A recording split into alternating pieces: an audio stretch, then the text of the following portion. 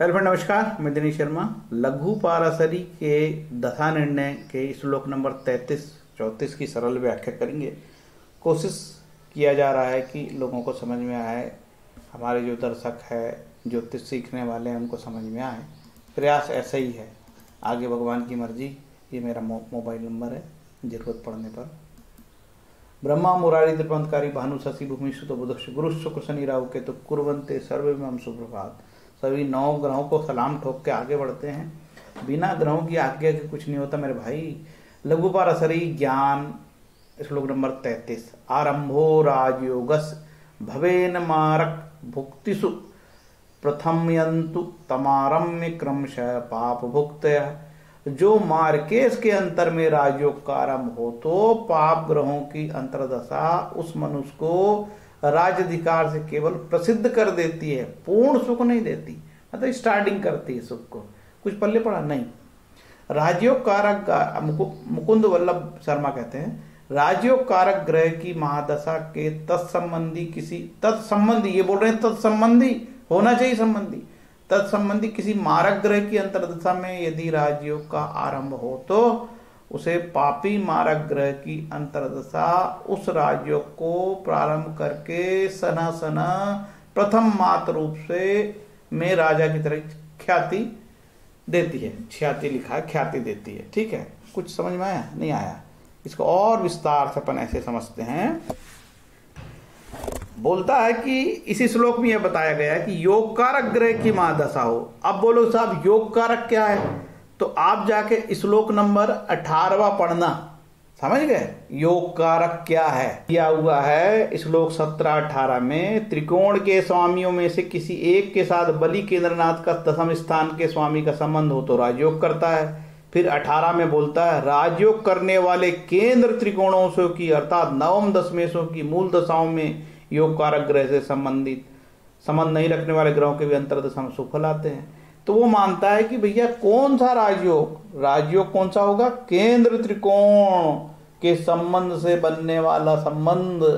केंद्र त्रिकोण क्या है? मैंने आपको पूरी डिटेल बताया है कि भैया इस तरीके से केंद्र होते हैं। जैसे कर्क लगन की कुंडली है तो ये केंद्र है ना, और ये त्रिकोण है 8वां और ये 12वां। इनके संबंध से बनने वाले जो योग होते हैं वो केंद्र त्रिकोण कहलाते हैं। अब मान के चलो, वो कहता है कोई राजयोग कारक की दशा चालू हो, कोई राजयोग कारक ग्रह कौन सा हो गया इसमें राजयोग कारक? चलो ये मंगल की दशा चालू हुई मेरे भाई, है ना। अब मंगल की दशा चालू हुई तो कहेगा कि मंगल में तो रिजल्ट आने वाले नहीं है, क्योंकि श्लोक नंबर 29 कहता है जिस ग्रह की दशा चालू हो उसकी अंतर्दशा हो तो रिजल्ट सामान्य आएंगे। तो मंगल में नहीं हमको रिजल्ट मिलेगा। अब इससे समझते हैं कि हो सकता है किसी जातक की शुक्र की दशा चालू हो रही है, शुक्र बुध की, है ना। तो शुक्र की चालू हो रही, तो शुक्र इस कुंडली में देखो क्या है, शुक्र इस कुंडली में योगकारी है मेरे भाई, ठीक है। और बुध इस कुंडली में योगकारी है, कि दोनों केंद्र का है और ये पंचमेश हो गया, 12 हो गया, न्यूट्रल हो गया। तो हम शुक्र और बुध को न्यूट्रल योगकारी मानेंगे। अब शुक्र चालू होगा तो श्लोक 29 कहता है कि शुक्र में और शुक्र की महादशा चले कोई रिजल्ट नहीं आएगा। इसके बाद शुक्र सूर्य चालू होता है तो सूर्य क्या हो जाता है? सूर्य यहाँ पे यार ये तो मारक नहीं होता, ये मारक नहीं है, उपचय है ना, तो इसमें भी लाभ नहीं मिलेगा। अब शुक्र चंद्र चालू हो गया तो ये मारक है भैया, तो शुक्र चंद्र में हमको लाभ होना चालू हो जाएगा राजयोग का। लेकिन दोनों के रिलेशनशिप हो, शुक्र चंद्र ऐसे हो, ठीक है, कैसे? इस तरीके से हो या ऐसे हो, ठीक है, या फिर ऐसे हो, कहीं पे भी हो। देखो शुक्र चंद्र आपस में आमने सामने रहेंगे या साथ में रहेंगे तो ही रिलेशनशिप बनाएंगे। ऐसे भी चलेगा, ऐसे भी चलेगा, लग्न में भी चलेगा, ये दोनों रिलेशनशिप में हो। शुक्र चंद्र की दशा, चूंकि चंद्रमा मारक है तो राजयोगकारी होगी, ठीक है। और कहता है इसके बाद की स्थिति फिर वो और डिटेल में समझाने का प्रयास करता है। लेकिन कहता है कि ये जो दशा है ना पूरा लाभ नहीं देगी, ये स्टार्टिंग भर करेगी। स्टार्टिंग आगे की दशाओं से होगा, और इससे ये थोड़ा सा ही राजयोग होगा, ये बहुत बड़े स्तर का राजयोग नहीं होगा। आगे राजयोग फिर बताया है। श्लोक नंबर जो 33 की कंडीशन क्या क्या है? योग कारक की महादशा हो, मार्केश की अंतरदशा हो, महादशा और अंतरदशानाथ का परस्पर संबंध हो, ऐसी दशा में जो राजयोग का फल होगा वो विस्तार करेगा, धीरे धीरे बढ़ेगा। ठीक है, फिर वो कहता है कि श्लोक 34 में आगे बढ़ते हैं। 34 में क्या कहता है? 34 में कहता है जो राजयोग करने वाले ग्रहों के संबंधी शुभ ग्रहों की अंतरदशा में राजयोग का आरंभ हो, वे राज्य सुख और प्रतिष्ठा बढ़ती है। जो राजयोग करने वाले ग्रहों के संबंधी शुभ ग्रह, पहले बोला था मारक, अब बोलता है राजयोग करने वाले ग्रहों के संबंधी शुभ ग्रहों की अंतरदशा में राजयोग का आरंभ हुए तो राज्य से सुख और प्रतिष्ठा बढ़ती है। और जो राजयोग करने वाले ग्रहों के संबंध ना करने वाले शुभ ग्रहों की अंतरदशा में राजयोग का आरंभ हुए तो समान फल कहना ना कमती ना बढ़ती होगा, मतलब जैसा वैसे ही चलता रहेगा। ठीक है, बड़ी घुमावदार भाषा है यार। अब ये कहता है कि भाई जो राजयोग करने वाले ग्रहों के संबंधी शुभ ग्रह की अंतरदशा में राजयोग का आरंभ हुए तो राज्य से सुख और प्रतिष्ठा बढ़ती है, और जो राजयोग करने वाले ग्रहों के संबंध में ना करने वाले शुभ ग्रहों की अंतरदशा में राजयोग का आरंभ हुए तो समान फल कहना ना कमती ना बढ़ती। इसका मतलब जो एक बार स्टार्ट हो गया राजयोग करने वाले शुभ ग्रह की संबंधी शुभ ग्रह की अंतरदशा में राजयोग आरंभ हो गया तो भले फिर पापी ग्रह की अंतरदशा भी होगी, वो बढ़ते चलेगी। आपने देखा कि भाई एक बार प्रधानमंत्री बन गया तो 5 साल रहा यार, तो कोई भी अंतरदशा तो 2.5 साल 3 साल रहती है। ठीक है, लेकिन प्रधानमंत्री लोग 5 साल बनते हैं। अब मोदी जी 10 साल हो गए, नेहरू जी 16 साल हो गए। तो एक बार जो राजयोग चालू हुआ तो फिर बंद नहीं होता, वो चलता लंबे समय तक। इसका ये मतलब है। ठीक है, और आपको अपनी बुद्धि से समझना पड़ेगा यार, अपन छोटे मोटे आदमी कहाँ इतने बड़े आदमी यार। ठीक है, बता रहे हैं घर का वीडियो मिल गया, इंटरनेट मिल गया, और कोई लाइसेंस नहीं लेना है तो बैठ के ज्ञान दे रहे हैं। ठीक है, तो भी मैं आपको समझाने का प्रयास किया। मेरी बात को ज़्यादा सीरियसली मत लिया करो यार, हंसी मजाक कर लेता हूँ। ठीक है, अब थोड़ी सी और डिटेल हम पढ़ लेते हैं 33 और 34 की एक अन्य किताब से। केंद्रपति अपनी दशा में त्रिकोणेश की अंतरदशा में संबंध ना होने पर भी पाप फल देता है? नहीं, कहाँ है ये? 33 बोलता है योग कारक ग्रह की महादशा में संबंधी मारक ग्रह की अंतरदशा हो तो राजयोग का प्रारंभ हो सकता है।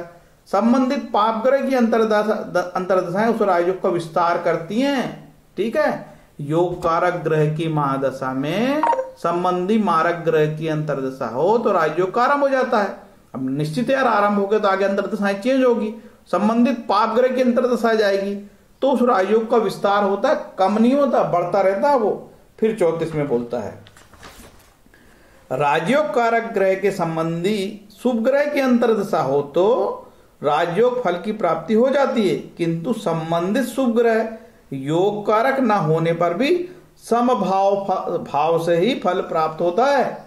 वैसे एक बार राजयोग कारक ग्रह की शुभ संबंधी, देखो हर जगह शुभ संबंधी मतलब रिलेटेड होना चाहिए, दृष्टि संबंध हो, साथ में बैठा हो, ऐसा है ना। संबंधी शुभ ग्रह के अंतरदशा हो तो राजयोग की फल की प्राप्ति होती, किंतु संबंधित शुभ ग्रह योग कारक होने पर भी समभाव से ही फल देता है। तो ये चीज चलते रहेगी। ठीक है, तो अनेक किताबों में भाषा थोड़ी सी परिवर्तित मिलेगी। सीताराम झा क्या बोलता देख लेते हैं एक बार इसी को 33-34 को। योग कारक ग्रह की दशा में संबंधित मार्केश की अंतरदशा, मैंने आपको बता दिया योग कारक कौन है, केंद्र त्रिकोण के संबंध से योग कारक होते हैं। ठीक, केंद्र और त्रिकोण योग कारक होते हैं, उसमें भी सबसे महत्वपूर्ण योग कारक कौन होते हैं? नवम दशम होते हैं। ठीक, योग कारक ग्रह की दशा में संबंधित मार्केश की अंतरदशा राजयोग का आरंभ हो तो पापी मारक ग्रह की अंतरदशा उस राजयोग को आरंभ करके क्रम से बढ़ाती है, रोकती नहीं है। तथा आगे कहता है योग कारक के संबंधी शुभ ग्रह तथा असंबंधी शुभ ग्रह की अंतरदशा में, जो असंबंधी है शुभ ग्रह की अंतरदशा में योग कारक ग्रह के समान ही फल होता रहता है। जिस प्रकार का योग रहता उसी प्रकार आरंभ समय में ही पूर्ण रूप से हो जाता है। जो एक बार कारवा चल पड़ा तो चल। अब यो संपूर्णानंद संस्कृत विद्यालय की जो लघु पारसरी है वो क्या कहती है? वो कहती है श्लोक जो 33 का वो जो ट्रांसलेशन करके बताती है, योगकारी ग्रह अपनी दशा में अपने संबंधी मार्गेश की अंतरदशा में राजयोग का फल प्रथा मात्र नाम मात्र देते हैं, अर्थात प्रारब्ध राजयोग का फल ख्याति मात्र शेष रह जाता, ना कि राज स्त्री धन यश सुख आदि का उपभोग होता है। यथा मंत्री पद प्राप्त होने पर भी शक्ति परीक्षण में बहुमत के अभाव में पद से मुक्त होने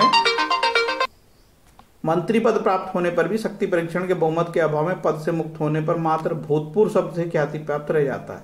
ये थोड़ा सा कहता है कि नहीं यार, भले ही मार केस का चालू हो जाएगा लेकिन वो बहुत आपको आगे नहीं ले जाएगा। ठीक है, फिर कहता है श्लोक 35 में थोड़ा और वो डिटेल करता है, कहता है कि योगकारी ग्रह अपनी दशा अपने संबंधी शुभ कारक ग्रह की अंतर में अपना अपना योगज प्राप्त राजयोग फल देते हैं, परंतु प्रशस्त प्रबल शुभ कारक व संबंधी ग्रह की दशा व अपनी अंतर दशा में भी योगकारी ग्रह अपना योगज फल देते हैं, क्योंकि क्वापी कदाचित है।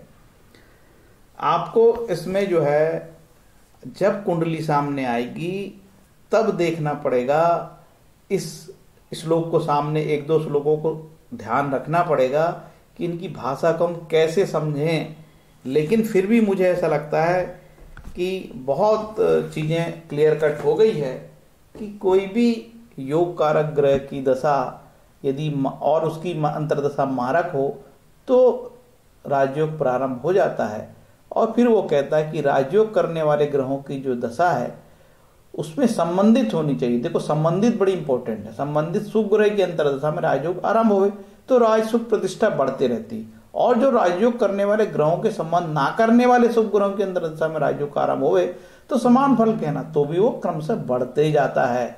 भैया राजयोगकारी ग्रह के संबंधित ग्रह की शुभ ग्रह की दशा प्रारंभ हो गई, इसके बाद कोई जरूरी थोड़ी कंटिन्यू चलेगी यार। ठीक है, इसके बाद फिर अंतरदशा चेंज होगी ना तो उसमें भी चेंज होगा, नहीं तो क्या होता भाई 2.5 साल में ही सारे प्रधानमंत्री खत्म हो जाते यार, है ना। क्योंकि प्रधानमंत्री का कार्यकाल तो 5 साल है, राजयोग मिला उसको।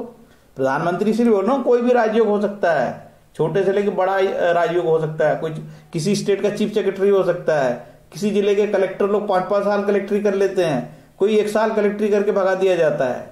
ठीक है, दूसरा कलेक्टर बन आ जाता है। ऐसे अनेक प्रकार के छोटे और बड़े राजयोग हो सकते हैं, सब में ये बात लागू होती है। तो भैया इसको बड़े ध्यान से इत्मीनान से किताबें बदल बदल के पढ़ने से आपको इसका लाभ होगा। और ये जब तक हम एप्लीकेशन नहीं करेंगे ये चीज हमको उतनी आसानी से समझ में नहीं आएगा। उम्मीद है ये मेरा छोटा सा जो है, जो इसको क्या बोलते हैं, प्रयास नहीं, साहस नहीं, दुस्साहस, इसको दुस्साहस बोलते हैं। ज्योतिष की दुनिया में ज्योतिष पढ़ाना यह दुस्साहस है। देखो ज्यादातर भारत में सारे लोग एस्ट्रोलॉजर पढ़ा रहे हैं, जैसे कि सारे लोग शेयर मार्केट सिखा रहे हैं। यार एक बात बता, मेरे को पूरी की पूरी ज्योतिष बनने ही लगती। ठीक है, मेरे घर में गाड़ियों की लाइन लगी रहती थी, मैं भला ज्योतिष क्यों पढ़ाता यार, किसी को ये बता। सिंपल यार, मैं सीधी मुंह बात भी नहीं करता। उसी तरीके से यदि मैं शेयर मार्केट में पैसे कमाने लगता मैं भला किसी को क्यों सिखाता यार। मैं घर में पैसे छाप के खाता पीता मौज करता ऐश करता घूमता फिरता इधर उधर जाता और नई नई गाड़ियां बदलता, मैं किसी को शेयर मार्केट के वीडियो क्यों बनाता यूट्यूब में। उसी तरीके से मुझे भयंकर ज्योतिष बनती हो, मुझे भयंकर फलित आता हो, तो मैं भला यूट्यूब का एस्ट्रोलॉजर क्यों बनता, ये मेरे को समझ में आओ। तो लोगों को जब लगने लगा कि यार ऐसे कुंडली देख देख के तो बहुत मुश्किल है यार पैसे कमाने, तो दिल्ली के लोगों ने, गुड़गांव के लोगों ने, शहर के लोगों ने दिमाग लगाया, ऐसा करें लोगों को सिखाओ, मूर्खों को इसको, इनकी लंबी लंबी क्लास लो, फीस रख लो 5 लाख 10 हजार 1 लाख और बैच बना लो जूम में, और 100 का बैच मिल गया तो छाप लिए पैसे, 100 का मिल गया 1 लाख का होगा तो 1 करोड़ कमा लिए। जिंदगी भर कुंडली देख के पैसे नहीं कमा सकता आदमी, लेकिन पढ़ा के कमा सकता है, समझ गए। इसीलिए दिल्ली, गुड़गांव, नोएडा और कलकत्ता, मुंबई, यहां लोगों ने दुकान चालू करी। मैं वास्तु पढ़ाऊंगा, मैं न्यूमरोलॉजी पढ़ाऊंगा, मैं पाराशरी पढ़ाऊंगा, मैं केपी पढ़ाऊंगा, फिर मैं एडवांस पढ़ाऊंगा, फिर मैं गोचर के अलग से पैसे मांगूंगा, फिर मैं उपाय भी बताऊंगा, फिर मैं एडवांस उपाय बताऊंगा, उसके मैं अलग से पैसे जोड़ दूंगा। इस तरीके का पूरा व्यापार ज्योतिष में चला और ये बहुत अच्छे से चल रहा है व्यवसाय।